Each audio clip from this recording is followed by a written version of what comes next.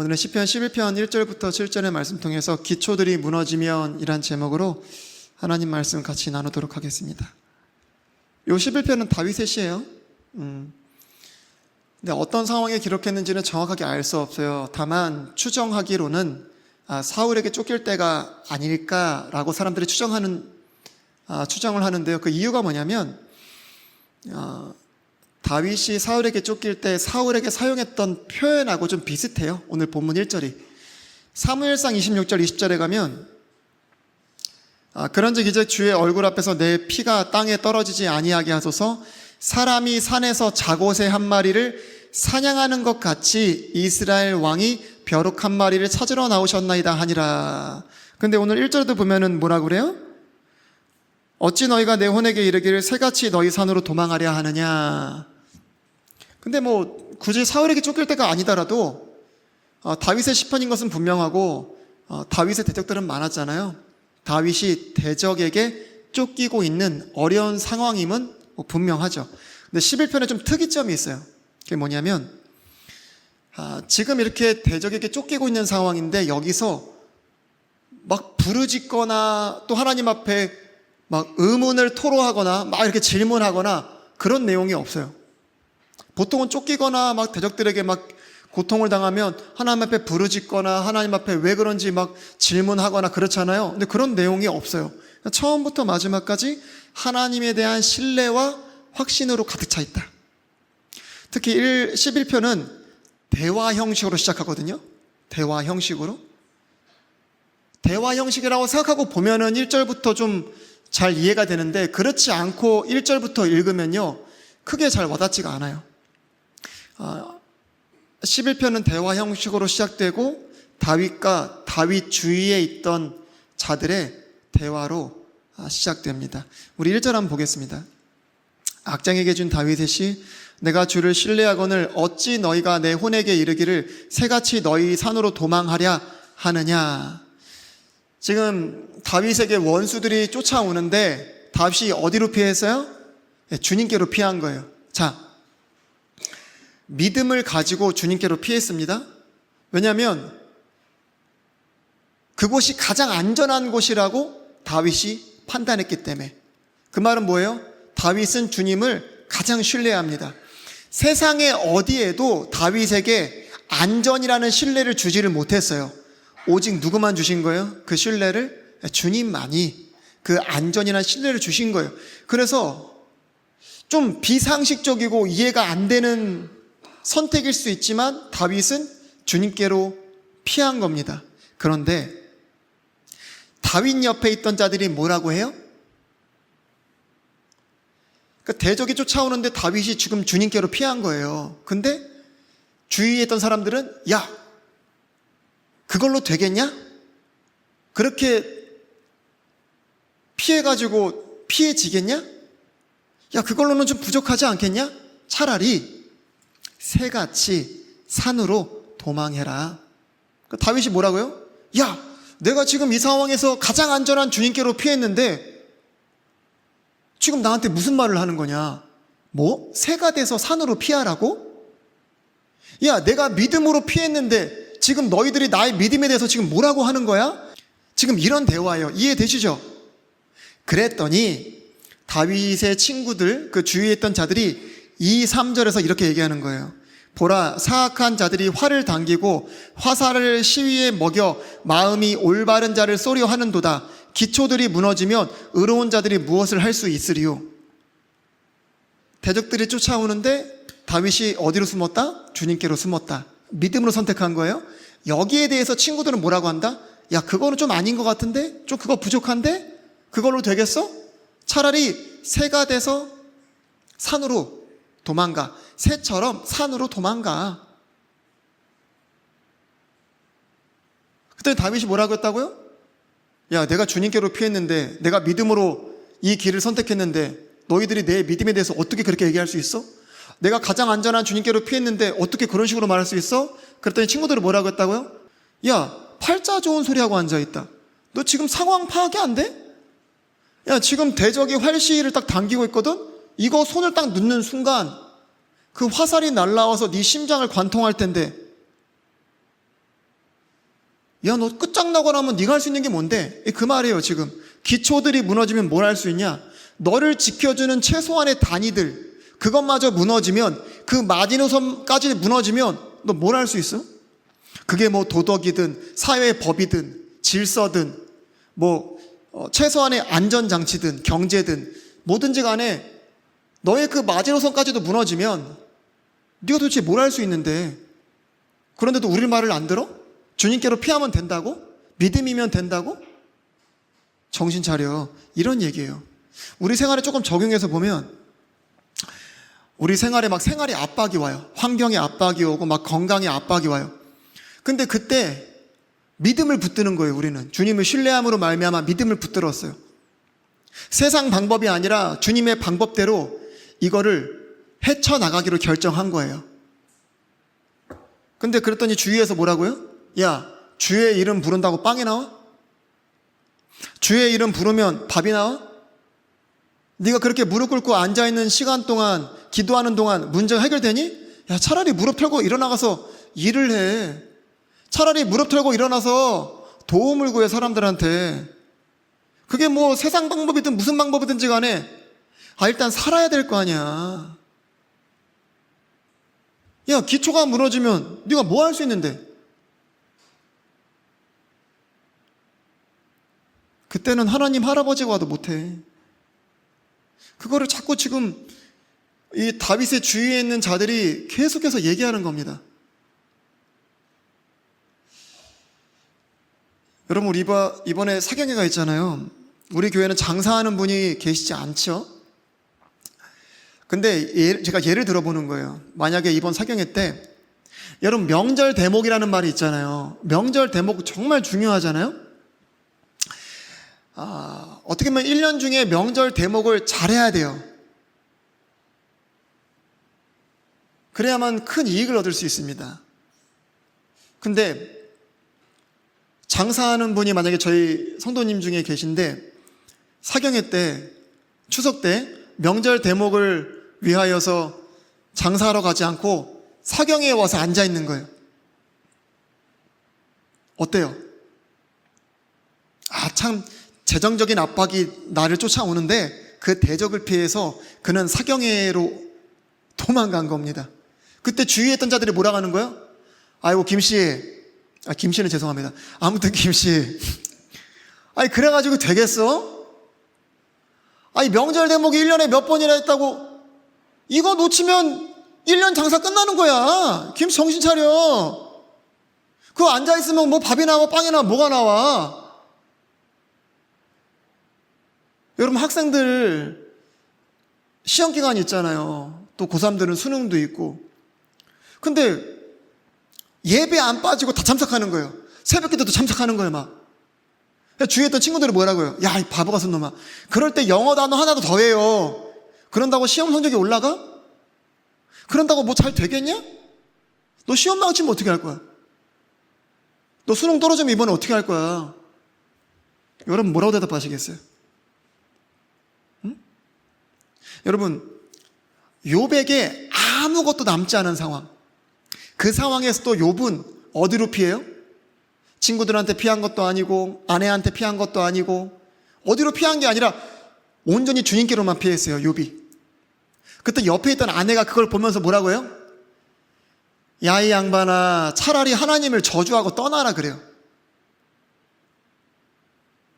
예전에 제가 한번 그 영상을 보여드렸던 적이 있는데, 미국에 어떤 대통령이 있었어요.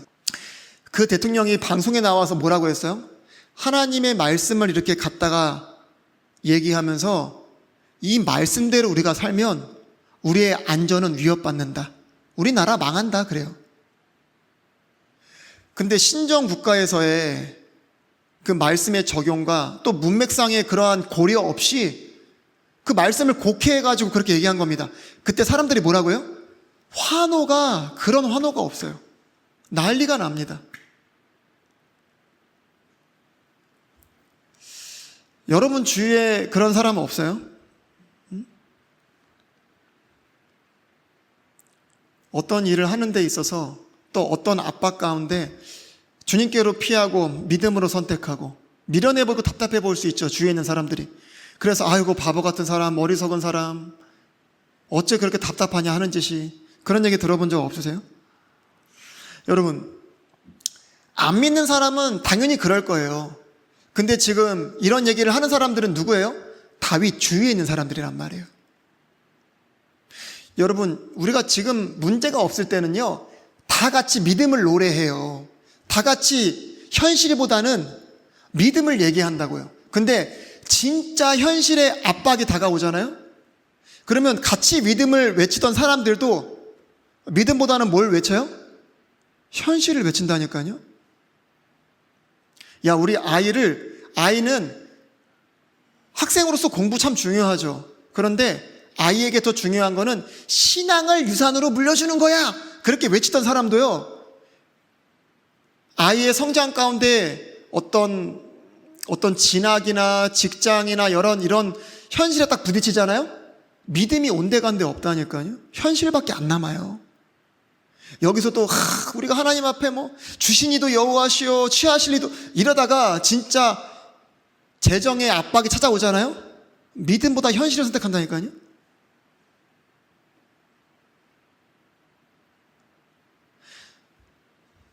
최근에 우리 주일학교 아이들이 보고 있는 말씀을 우리 최노아 집사님이 매일 올려주세요, 매주. 근데 제가 그거를 보다가 설교를 준비하는 가운데 제가 봤었는데, 사무엘상 14장 18절 19절에 가면 이러한 믿는 자들이라고 하나 그러한 변덕스러운 믿음을 굉장히 잘 보여주는 구절이 있어요. 사무엘상 14장 18절 19절에 가면 사울이 아히야에게 이르되 하나님의 궤를 이리로 가져오라 그래요. 이스라엘하고 블레셋이 전쟁을 하고 있었는데, 블레셋이 강력한 군대잖아요. 그러니까 이스라엘이 어떻게 하지를 못하고 있었어요. 그때 용감한 자가 나타났으니 믿음의 사람 누구예요? 요나단. 그래서 요나단이 그 블레셋에게 쳐들어가 가지고요, 칼 드는 병기 드는 자랑 함께 막 이렇게 적들을 물리쳤단 말이에요. 근데 소리를 멀리서 이제 사울이 소리를 듣다 보니까 전쟁 나는 소리가 나는 거예요. 누가 우리 진영에서 빠져나갔지 보니까 요나단이에요. 근데 분위기를 보니까 전쟁에서 뭔가 조금 유리한 느낌인 것 같기도 하고, 또 요나단의 안전이 걱정되기도 할 거 아니에요. 그래서 지금 아히야에게 이 사울이 하나님의 궤를 이리로 가져오라고 그래요. 왜? 하나님 앞에 묻고 기도하려고. 19절 보세요. 사울이 제사장에게 말할 때에 블레셋 사람들의 군대 내에 소리가 계속 나면서 커짐으로, 저는 이거를 뭐라고 표현하고 싶냐면 현실의 소리가 커질 때.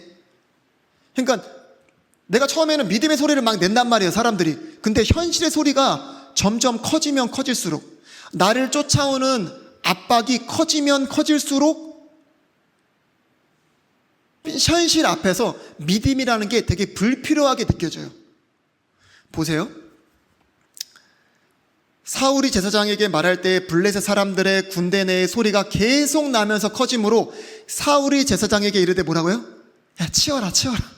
네 손을 거두라 하시니. 그러니까 바울이 딱 현실 앞에서 보니까 하나님 앞에 묻고 기도하는 것 자체가 큰 의미가 없어 보이는 거예요. 여러분은 어떻게 하시겠습니까? 오늘 다윗은요, 주위에 있는 자들이 다윗에게 그렇게 쏘아 붙일 때 다윗은 그들을 향해서 이렇게 이야기합니다. 4절. 주께서는 자신의 거룩한 전에 계시며 주의 왕자는 하늘에 있도다. 그분의 눈은 사람들의 자녀들을 바라보시며 그분의 눈꺼풀은 그들을 단련하시는도다. 지금 다윗의 시잖아요. 여러분, 다윗 때는 성전이라는 게 없었어요. 그렇죠? 솔로몬 때 생기잖아요. 그럼 여기서 말하는 성전이라는 거는 어디를 얘기하는 거예요? 거룩한 전. 예루살렘 성전이 아니라 하늘의 왕자를 얘기하는 겁니다. 하늘의 왕자. 주님이 실제적으로 계신 하늘의 왕자. 그러니까 주위에 있는 그 사람들이 야, 기초가 무너지면 뭐 할 수 있어? 라고 다윗에게 물었는데 다윗이 지금 뭐라고 대답한 거예요? 거기에 대한 순수한 대답은 이거예요. 아무것도 할 수 없어. 야, 기초가 무너지면 너 뭐 할 수 있는데? 난 아무것도 할 수 없지. 나 아무것도 못해. 그런데 주님이 계셔. 주님이 계셔. 세상의 기초가 무너진 것이지 지금 하나님의 왕자가 무너졌니? 지금 뭐 하나님의 나라가 무너졌어? 아니, 이 세상의 기초가 무너진 것밖에 없잖아. 주님은 여전히 하나님의 왕자에서 다스리고 계시다니까? 난 주님이 계셔. 주님의 왕자는 멀쩡해. 주님의 다스리는 통치는 멀쩡해. 그 얘기를 하고 있는 거예요. 여러분, 세상의 기초와 우리의 기초는 다릅니다. 우리 지금 고린도전서 강의하고 있죠? 우리의 기초는 뭐예요? 주님이세요. 우리의 기초는 예수 그리스도예요. 세상의 기초가 다 무너져도 우리랑은 상관없습니다. 여러분, 우리의 기초는 무너져요? 무너지지 않아요? 우리의 기초는 무너지지 않는 기초예요. 우리는 그 기초 위에 믿음을 쌓아가고 있는 겁니다. 세상의 기초가 다 무너져도 아무 상관이 없어요. 여러분, 우리의 기초가 내 주위에 있는 자들이 말하는 세상의 기초와 같은 기초라면 공부 못하는 거, 시험 떨어지는 거, 그 문제예요. 회사에서 능력 없는 거, 승진 못하는 거, 그거 정말 문제입니다. 건강이 안 좋아지는 거, 그거 정말 문제예요. 가난해지는 거, 문제입니다. 여러분, 진짜 우리가 가난해져서 거지같이 되면 뭘 할 수 있어요, 여러분? 우리의 기초가 세상의 기초와 같다면, 건강이 다 나빠졌어요. 뭐 할 수 있어요? 여러분, 저도 이제 기초가 많이 무너졌는데, 제가 회사 나가서 제가 뭘 할 수 있겠어요?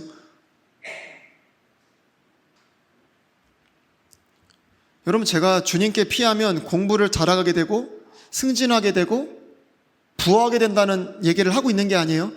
애초에 세상의 기초와 우리의 기초는 다르다는 거예요. 기초가 다르고, 그 기초 위에 쌓는 재료도 다르고, 짓는 방식도 다르고, 쌓는 목적도 달라요. 우리는 애초에. 여러분, 아까 제가 초반에 다윗이 사울에게 쫓길 때 이 시편 11편을 기록했을 거다 이렇게 말씀을 드렸었는데, 실제로 이 주위에 있던 자들이 야, 기초가 무너지면 뭘 할 수 있어? 라고 말하지만, 그런 기초가 무너진 가운데서도 다윗은 계속해서 주님의 기초 위에 믿음을 쌓아 올렸거든요. 여러분, 다윗이요, 사울에게 쫓길 때요, 그일라라는 곳이 블레셋에게 공격을 당했어요. 그때 다윗이 기도를 합니다. 하나님, 이 그일라를 우리가 구원하러 갈까요? 그랬더니 하나님 뭐라고 하세요? 구원하러 가라 그래요. 그랬더니 다윗 주위에 있는 사람들이 뭐라고요? 아니, 그게 말이 됩니까? 우리가 지금 사울에게 쫓기고 있는데 만약에 우리가 그일라를 구원하러 갔다, 그러면 어떻게 해요? 나 여기 있어요 하는 꼴이잖아요. 더군다나 블레셋이라는 국가는 지금 사울이 쫓아오고 있는데 사울보다 더 강력한 군대예요, 블레셋은. 근데 우리가 가서 이길 수 있겠습니까? 사울도 무서워서 도망 다니는데. 그래서 다시 한번 또 기도한 거예요, 다윗이. 주님, 그일라를 구원하러 갈까요? 그때 주님 뭐라고 하세요? 구원하러 가라 그래요.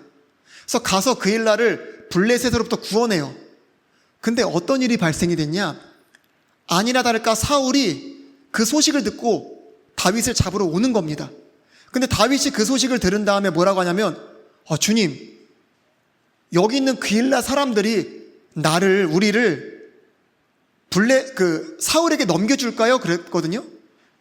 여러분, 그일라는 다윗의 도움으로 구원을 받았잖아요. 근데 사울이 쫓아온다고 해서 사울에게 다윗을 넘겨줄까요? 안 넘겨줄까요? 근데 하나님 앞에 물었더니 하나님이 뭐라고 하시냐면은 넘겨준다 그래요.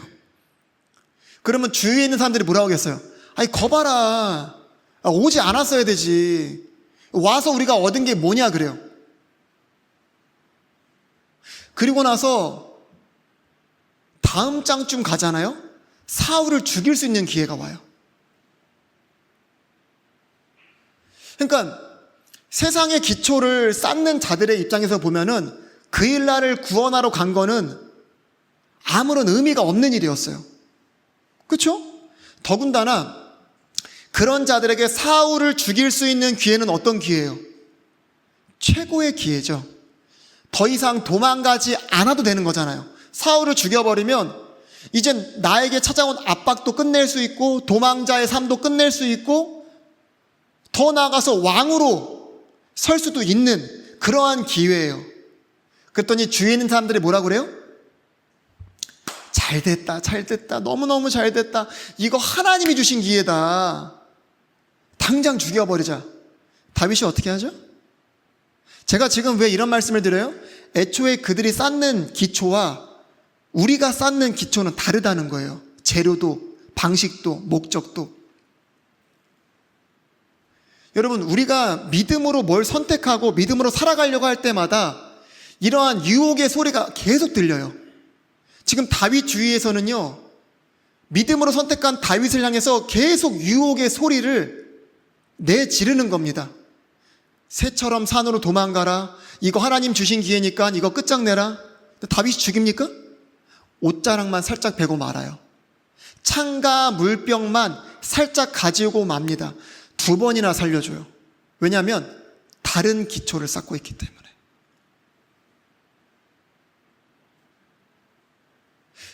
그러니까 다윗은 스스로 굴러온 복을 걷어찬 겁니다.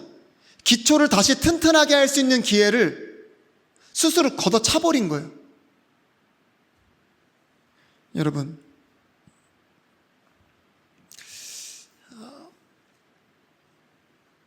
우리가 믿음으로 살려고 할 때 항상 주위에 이런 유혹하는 소리가 들리는데 그 유혹하는 소리가 굉장히 설득력이 있습니다. 현실적이고. 그래서 사탄은 빛의 천사로 자신을 가장한다는 표현이 딱 그런 표현이에요. 여러분, 우리는 세상의 기초 위에 힘과 부와 명예를 쌓는 자들이 아니에요. 우리는 주님의 기초 위에 믿음을 쌓는 자들입니다. 여러분, 우리가 목숨을 만약에 잃어버려요? 그럼 뭘 할 수 있을까요? 할 수 있는 게 없잖아요. 근데 우리의 기초는 세상의 기초와 달라요. 여러분, 이 말씀을 한번 보세요. 고린도 후서 5장 1절. 만일 땅에 있는 우리의 장막집이 해체되면, 이거는 이 껍데기 육체적인 생명을 얘기하는 거예요. 만일 땅에 있는 우리의 이 장막집이 해체되면 하나님의 건물 곧 손으로 지은 집이 아니요 하늘들에 있는 영원한 집이 우리에게 있는 줄 우리가 아느니라. 제가 지금 뭘 말하려고 하는지 아시겠죠? 야, 이 땅의 기초가 무너지면 너 뭐 할 수 있어? 그러니까 우리는 애초에 기초가 다른 거예요. 우리의 기초는 무너지지 않는 거예요. 야, 너 생명이 끝나면 너 뭐 할 수 있는데? 나 상관없는데? 내 이 땅에 있는 장막집이 어차피 해체되면 나는 하나님이 나를 위해서 예비하신 영원한 생명, 영원한 집이 있거든? 애초에 기초가 다른 겁니다. 그러니까 저들이 걱정하는 그 기초가 무너져도 나는 아무 상관이 없는 거예요. 여러분, 4절 후반부와 5절 초반부를 보세요. 주님께서는 자신의 사람들을 뭐 하신다고 그래요? 단련하신다고 해요. 주님은 의로운 자들을 단련하세요. 오늘 그 찬양 우리 했잖아요. 그 주가 보이신 생명의 길. 저는 딱 욥의 고백이 생각이 났어요.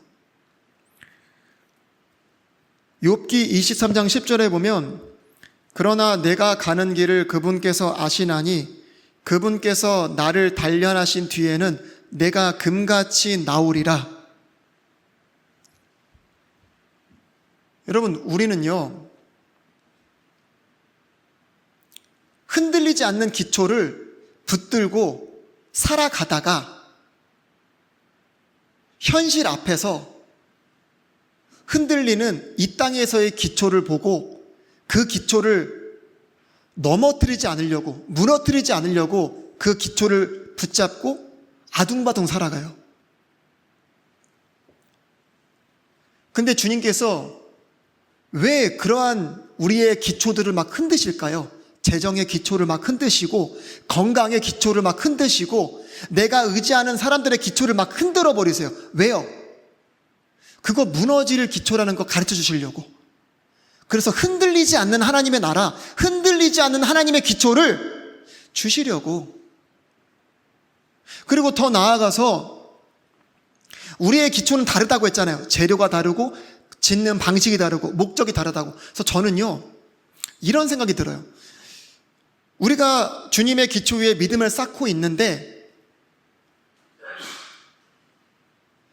그러한 일들을 통해서 최상의 재료를 공급해 주신다. 그게 무슨 말이냐면 주님의 기초 위에 믿음을 쌓는데 이 믿음을 뭐와 같이 만들어 주신다? 정금과 같이 만들어 주신다.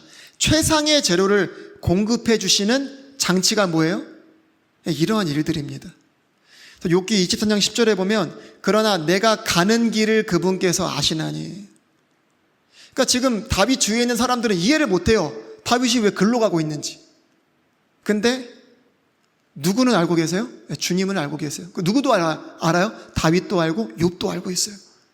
그분께서 나를 단련하신 뒤에는 내가 금같이 나오리라. 5절 6절 보겠습니다. 주께서 의로운 자는 단련하시되 악한 자와 폭력을 사랑하는 자는 그분의 혼이 미워하시는도다. 그분께서 사악한 자들에게 올가미와 불과 유황과 무서운 폭풍을 비같이 내리시리니 이것이 그들의 자네 몫이 되리로다. 한마디로 쉽게 간단하게 얘기하면은 그들은 다윗이 가는 길에 대해서 조롱했습니다. 그리고 차라리 새처럼 도망하라고 새로운 길, 현실적인 길, 설득력이 있는 길을 제시했어요. 다윗의 주위에 있는 자들은 사울에게 쫓길 때마다 계속 그랬습니다. 근데 세상의 기초 위에 그러한 세상의 힘과 권력과 명예와 부를 쌓는 자들이 결국에는 받게 될 자네 몫이 뭐라는 거예요? 올가미와 불과 유황과 무서운 폭풍이다. 그 얘기를 하는 겁니다. 이해가 되시나요? 그러나 반대로 주님께서 의로운 자들, 또 자신에게 피하는 자들, 믿음으로 주님의 기초 위에 쌓는 자들에게는 주님이 뭐를 주신다고 말씀하세요? 그분의 얼굴을 주신다고 말씀하세요. 7절입니다. 의로우신 주께서 의를 사랑하시나니 그분의 얼굴은 곧바른 자를 보시느니라. 제가 이 마지막 구절을 보는데요, 저희 교회 현재 폐회송이 생각나더라고요. 그 폐회송의 가사를 보면요, 오늘 지금 다윗의 이 마음과 중심을 되게 잘 표현해냈다, 이런 생각이 들더라고요. 저희 그 폐회송에 보면 이런 가사가 있어요. 나의 생명 연기처럼 사라진다 하여도 주를 따라 걸어가는 발자국은 나무리 이 땅에서 움켜쥐는 좋은 것은 없어도 내겐 좋으신 주님이 계시네. 부족한 내가 이 땅을 섬길 수 있었기에 이 세상을 행복하게 살아갈 수 있었네. 나의 생명 다하는 날 주의 얼굴 보리니 나는 가장 행복한 사람이네. 그래서 참 다윗의 마음과 중심을 이 폐회송의 가사가 너무 잘 대변하고 있다, 그런 생각이 들더라고요. 아까는 제가 살펴보지 않았던 부분인데 4절 부분 중에요, 4절 부분 중에 하나님의 눈은 사람들의 자녀들을 바라보신다 라는 부분이 있어요. 이 부분은 제가 창세기 강의할 때 한번 설명드렸던 부분인데, 여러분, 하갈이요, 살의 학대에 못 이겨서, 아브라함의 무관심에 못 이겨서 어떻게 합니까? 도망을 가잖아요. 도망을 갑니다. 그런데 그곳에서 주님을 만나요. 근데 주님이 뭐라고 하시죠? 하갈의 모든 어려움과 고통과 이런 모든 것들을 주님이 다 보고 계셨고 알고 계셨다는 거예요. 그래서 하갈이 주의 이름을 뭐라고 표현해요? 나를 보시는 하나님, 그래요. 그래서 주님께서 이 하갈에게 뭐라고 하십니까? 다시 돌아가라 그래요. 다시 돌아가라. 다시 돌아가라. 근데 여러분, 돌아가면 거기에 뭐가 있어요? 학대가 있잖아요. 이미 그 자리에는요, 하갈의 기초가 남아있지 않아요. 하갈의 기초가 다 무너진 상태예요. 뭐밖에 없어요? 학대, 고통. 근데 거기로 돌아가라고 하시는 거예요. 근데 하갈이 돌아가야 안 돌아가요? 돌아간다니까요. 왜요? 거기에는 아브라함과 사레가 있는 곳이 아니라 누가 계신 곳이에요? 네, 주님이 계신 곳이에요. 거기서 하갈은 무엇을 보고 있어요? 주님의 얼굴을 보고 있어요. 주님의 얼굴을 본다는 것은 구원을 의미하는 거예요. 여러분, 오늘 말씀은 이렇습니다. 단순하게. 우리가 정말 기초가 무너질 것 같은 그런 상황 가운데서 많은 사람들이요, 믿음을 선택하지 않아요. 믿음을 노래하다가도 현실의 소리가 커지면 커질수록 사울처럼 야, 믿음 치워라 하고 현실의 방법을 선택합니다. 우리 주위에요, 우리의 믿음의 선택들에 대해서 조롱하고 비난하는 사람 많아요. 특별히 장모님, 시어머니, 가족들 중에요, 예수님 안 믿는 사람들은요, 우리의 삶의 방식에 대해서요, 굉장히 손가락질합니다.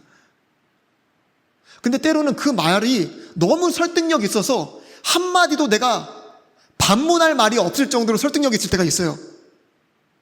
그래도 우리는 묵묵히 이 길을 가야 됩니다. 우리는 이 선택을 철회해서는 안 돼요. 왜? 주님이 보고 계시니까.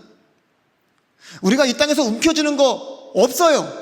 주님의 그 길을 간다고 해서 우리가 뭘 제대로 움켜쥐거나 그런 게 아니에요. 애초에 기초가 달라요. 재료가 달라요. 쌓는 방식이 다르고 목적이 다릅니다. 여러분, 행여 믿음의 길을 다윗과 같이 걷다가 유혹의 소리 때문에 현실의 소리에 이끌려 세상의 기초를 붙들고 가고 있다면 돌아가십시오. 주님의 얼굴이 있는 곳으로 돌아가세요.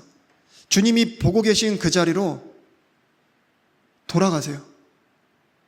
여러분들이 쌓고 있는 게 잘못된 게 아닙니다. 지금 눈에 보이지 아니한다 할지라도 하나님 앞에 갔을 때 그 쌓아진 모든 의와 영광과 아름다움을 주님께서 갚아주실 날이 옵니다. 그때까지 믿음의 길에서 돌이키지 않는 저와 여러분 되시길 주님의 이름으로 축원합니다. 오늘 제가 기도하고 마치도록 그렇게 하겠습니다.